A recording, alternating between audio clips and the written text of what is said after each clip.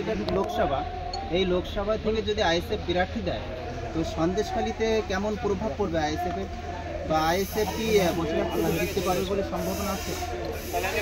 দেখুন, শুধু সন্দেশখালী না,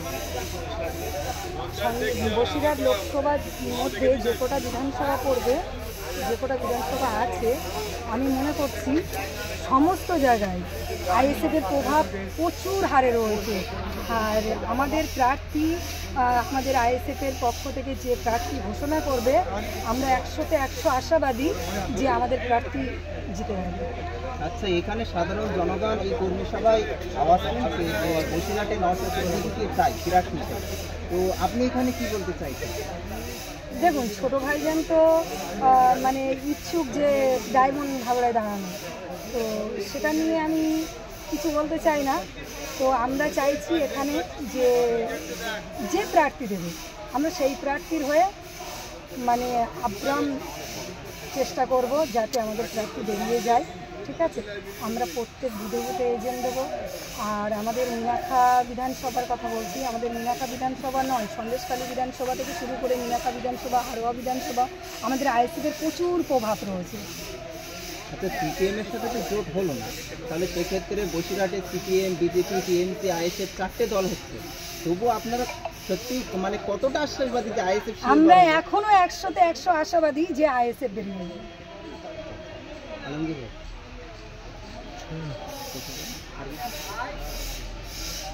আমি মিনাখা বিধানসভা থেকে এসেছি, আমার নাম আয়েশা বিবি, আমি মিনাখা বিধানসভার ভোটার, আমার মিনাখা অঞ্চল থেকে এসেছি। আচ্ছা, আপনাকে তো একবার গ্রেফতার করা হয়েছিল সন্দেশখালী কাণ্ডকে নিয়ে, তো সেখানে আপনি যে 2 দিন কি 3 দিন খুব সম্ভব জেলের ভিতরে ছিলেন, বসিরহাট জেলে, তো আপনার ওখানে থেকে যে আপনার যে অভিজ্ঞতা, সেই অভিজ্ঞতাটা একটু শেয়ার করবেন।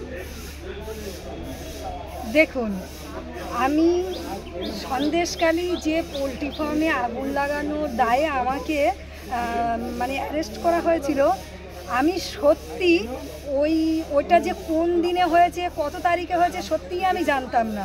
আমি আমার হাজব্যান্ডের কাজের সূত্রে কলকাতা ফতিল্লাপুরে থাকা হয়, 144 নম্বর ওয়ার্ড পৌরসভা, ওখানেই থাকি 2014 সাল থেকে। আমি 24 তারিখে আমি শবে বরাতের উপলক্ষে বাড়ি এসেছিলাম। আসার পরে মানে বাড়িতে এসেছি আমি 3:10-এ, আমি অ্যারেস্ট হয়েছি 4:20-তে। তো আমি প্রশাসনকে জিজ্ঞাসা করলাম যে আমাকে এসে প্রথম মিথ্যা কথা বলেছিল প্রশাসন, বলছে যে আমরা আপনাকে কিছু জিজ্ঞাসাবাদের জন্য মিনাখা থানায় যেতে হবে। আমি জিজ্ঞাসা করলাম যে কেন মিনাখা থানায় যেতে হবে, আমার অপরাধটা কি? বলছে আপনাকে কিছু আপনার যদি জিজ্ঞাসাবাদ করার দরকার থাকে, আপনি আমার বাড়িতে এসছেন, আমার এখানেই জিজ্ঞাসাবাদ করুন। ওনারা বলছেন না, আপনাকে মিনাখা থানায় যেতে হবে। আমি বলছি আপনারা মিনাখা থানায় থেকে এসছেন, আপনাদের প্রুফ কী আছে, আপনাদের কার্ড দেখান। তো কার্ড দেখানোর পরে দেখলাম যে হ্যাঁ, ওরা মিনাখা থানার প্রশাসন। তো তারপরে আমার সঙ্গে অনেক কথোপকথন হয়, তারপরে আমাকে অ্যারেস্ট করে নিয়ে যাওয়ার পরে ওখান থেকে বসিরহাটে 24 তারিখে অ্যারেস্ট করে ওখানে রাত্রি থাকি। 25 তারিখে আমাকে বসিরহাট থানায় নিয়ে আসা হয়, থানার থেকে আমাকে কোর্টে তোলা হয়। কোর্টে তোলার পরে আমাকে 3 দিন পিসি অ্যাকিউজ করার পরে আমাকে ব্যারাকপুর ডিডি ডিপার্টমেন্টে 2 দিন আমাকে জিজ্ঞাসাবাদ করার জন্য ওখানে রাখা হয়, ওম্যান পিএসে। ওখান থেকে 2 দিন জিজ্ঞাসাবাদ করার পরে আমাকে সন্দেশখালী থানায় নিয়ে যায়। সন্দেশখালী থানায় গিয়ে ওখানে আমি 1 রাত থাকি। তারপরের দিনকে আমার বসিরহাট কোর্টে আমাকে জামিনে মুক্ত পাই। আমি পাওয়ার পরে 2 দিন 3 দিন পরে আমি আমার কলকাতার বাড়িতে আমার হাজব্যান্ড যাই। সেখানে গিয়ে দেখি যে 24 তারিখে আমি অ্যারেস্টটা হলাম, 25 তারিখে ওখানকার আমি যেখানে থাকি ফতিল্লাপুর, সেই জায়গার মানে থানা হচ্ছে নিমতা থানা, সেই থানার প্রশাসন 25 তারিখে আমার মানে বাড়িতে, রবিবার 25 তারিখে আমার বাড়িতে গিয়ে আমার ঘরের তালা ভেঙে আমার ঘর সিজ করে। আমার A to Z ডকুমেন্টস, আমার যিনি ঘর মালিক তিনি বলছিলেন যে আমার A to Z ডকুমেন্টস নিয়ে চলে গেছে। সেখানে বেশ আমার কিছু জুয়েলারি জিনিস ছিল, সেগুলো নিয়ে গেছে কিনা আমি জানি না। আমার বেশ কিছু টাকাও ছিল, যেহেতু আমি একদিনের উপলক্ষে আমি দেশের বাড়িতে এসেছিলাম, আমি কিছু আনিনি। তো আমার A to Z ডকুমেন্টসটা নিয়ে গেছে, এটা নিশ্চিত আমার বাড়িওয়ালা বলছে। তো আমার ঘরে একটা মানে প্রশাসন থেকে তালা মেরে চলে গেছে। সেখানে বলে গেছে, আমার বাড়িওয়ালা জিজ্ঞেস করছিল প্রশাসনদেরকে যে ওনার অপরাধটা কি। উনি প্রশাসন বলে গেছে আমি মার্ডার কেসের আসামি। আদৌ কি প্রশাসনের কাছে কোনো প্রুফ আছে? এই যে সন্দেশখালীর বিষয়ে আমি যে 4 দিন জেলে ছিলাম, সেটা কি প্রমাণ করতে পেরেছে আদৌ প্রশাসন যে আমি সত্যি উস্কানিমূলক কথা বলে আমি সত্যি সেখানে গিয়ে আগুন লাগিয়েছি? কোনো ফুটেজ পেয়েছে? কোনো ভিডিও ফুটেজ পেয়েছে? পাননি। তাহলে প্রশাসন এত পরিমাণে দলদাস হয়ে গেছে শাসক দলের, মানে বলে বোঝানো যাবে না যে ওরা নিচয় নামতে নামতে চটি চাটতে চাটতে আজকে নিজেদের গায়ে যে ইউনিফর্মটা পরে আছে সেই ইউনিফর্মটাকে মানে সম্মান করাটুকু সেটুকু ভুলে গেছে। আমি ধিক্কার জানাই এই রাজ্যের প্রশাসনদেরকে, আমি ধিক্কার জানাই পুলিশ মন্ত্রীকে, আমি ধিক্কার জানাই। কারণ এই জায়গায় আমি যত সম্ভবত আমি নিউজ দেখেছিলাম যে 7 তারিখে শিবু হাজরা পোলট্রি ফার্মে আগুন লেগেছিল। আমি 14 তারিখে আমার বাপের বাড়ি গিয়েছিলাম, যেহেতু আমার বাপের বাড়ি ওখানে। তখন প্রশাসনের মনে ছিল না যে আমি ওখানে উস্কানিমূলক কথা বলে আমি ছেলেপিলে পাঠিয়ে আমি মানে পোলট্রি ফার্মে আগুন লাগাতে বলেছি, তখন মনে ছিল না। আমি 15 তারিখে এসে মিনাখার বাড়িতে ছিলাম। 16 তারিখে আমি বসিরহাট ডেপুটেশন দিতে আসি, আমাদের আইএসএফের পক্ষ থেকে একটা ডেপুটেশন জমা দেওয়ার কথা ছিল, সেখানে আমি উপস্থিত ছিলাম। কিছু মিডিয়া ভাই বন্ধুরা এসে আমার কিছু ইন্টারভিউ নিয়েছিল। সেই ইন্টারভিউর আমি বলছি, সেই ইন্টারভিউর মানে যেটা দিয়েছিলাম ইন্টারভিউটা, তারই পরিপ্রেক্ষে আমাকে ওই কেসের আসামি করে আমাকে বিনা অপরাধে জেল খাটানো হয়েছে। কারণ আমি নুসরাতের বিরুদ্ধে বলেছিলাম, আমি মুখ্যমন্ত্রীর বিরুদ্ধে বলেছিলাম আমি এই দেশের নাগরিক, আমি এই দেশের নাগরিক, এই রাজ্যের ভোটার, আমার অধিকার আছে 5টা কথা বলার।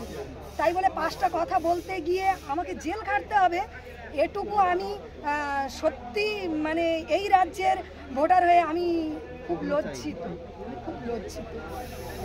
যে নুসরাতকে আমি মানে বলেছিলাম যে উনি একটা বলিউডের নায়িকা, উনি কেন, ওনাকে কেন দাঁড় করানো হয়েছিল, যিনি আমি বাইর দেওয়ার পরে যিনি বলছিলেন যে 174 ধারা জারি রয়েছে, যেখানে 144 বলতে পারছে না, সেই রকম একজনকে লোকসভায় বসিরহাট লোকসভার এমপি বানিয়েছে।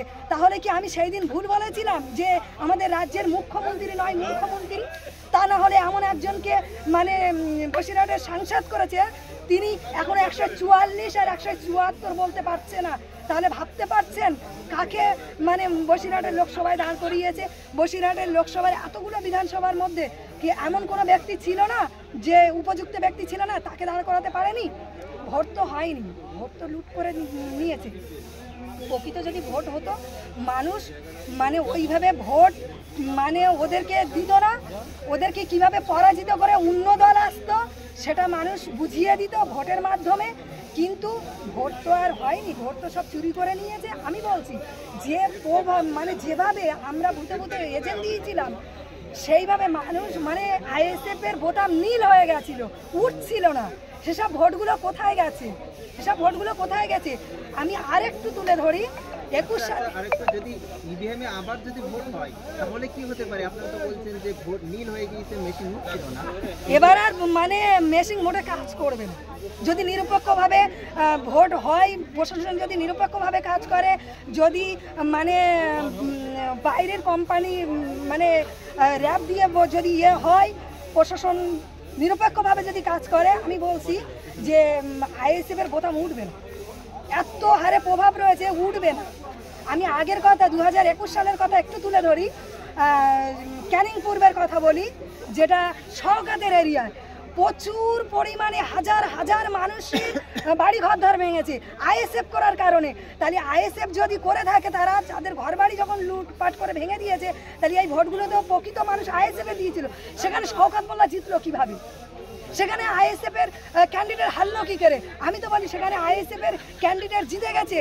সেই ভোটগুলোকে সরিয়ে, ব্যালট বাক্স সরিয়ে শাসকের ব্যালট বাক্স এনে সেখানে দেওয়া হয়েছিল আমি মনে করি। কারণ যে হারে মানুষের ঘরদর ভাঙা হয়েছে, আপনারা একটু খোঁজ নিয়ে দেখেন, যদি মাথা গণনা করা হয়, আমি বলছি আইএসএফের ক্যান্ডিডেট ওখানে বেরিয়ে গেছে। এখনও যদি খোঁজ করা হয়, আইএসএফের ক্যান্ডিডেট জিতে আছে আমি মনে করি। শওকত মোল্লা জোর পূর্বে মানে নিজেকে বিধায়ক হিসাবে ইয়ে করেছে। আচ্ছা, ওখান থেকে লোকসভায় কি এবার দিতে পারবে? দেখুন, ওখানে লোকসভায় যদি সেইভাবে যে হারে শওকত মোল্লা সন্ত্রাস করে চলেছে, সেই হারে সব মানুষের তো একটু ভয় আছে। মানুষ ভয়তে সামনে আসতে পারছে না, মানুষ ভয়তে বুধবার পর্যন্ত যেতে দিচ্ছে না ভাই, তো কি করে ভোটটা হবে? আমাদের ওখানে বলছি তো, আমাদের ওখানে প্রচুর ভোটার, যেগুলো মানে ওখানে যদি ভালোভাবে ভোট হয় টিএমসির কোনো চিহ্ন থাকবে না, কোনো চিহ্নটা খুঁজে পাওয়া যাবে না যদি প্রকৃতভাবে ভোট হয়। ঠিক আছে।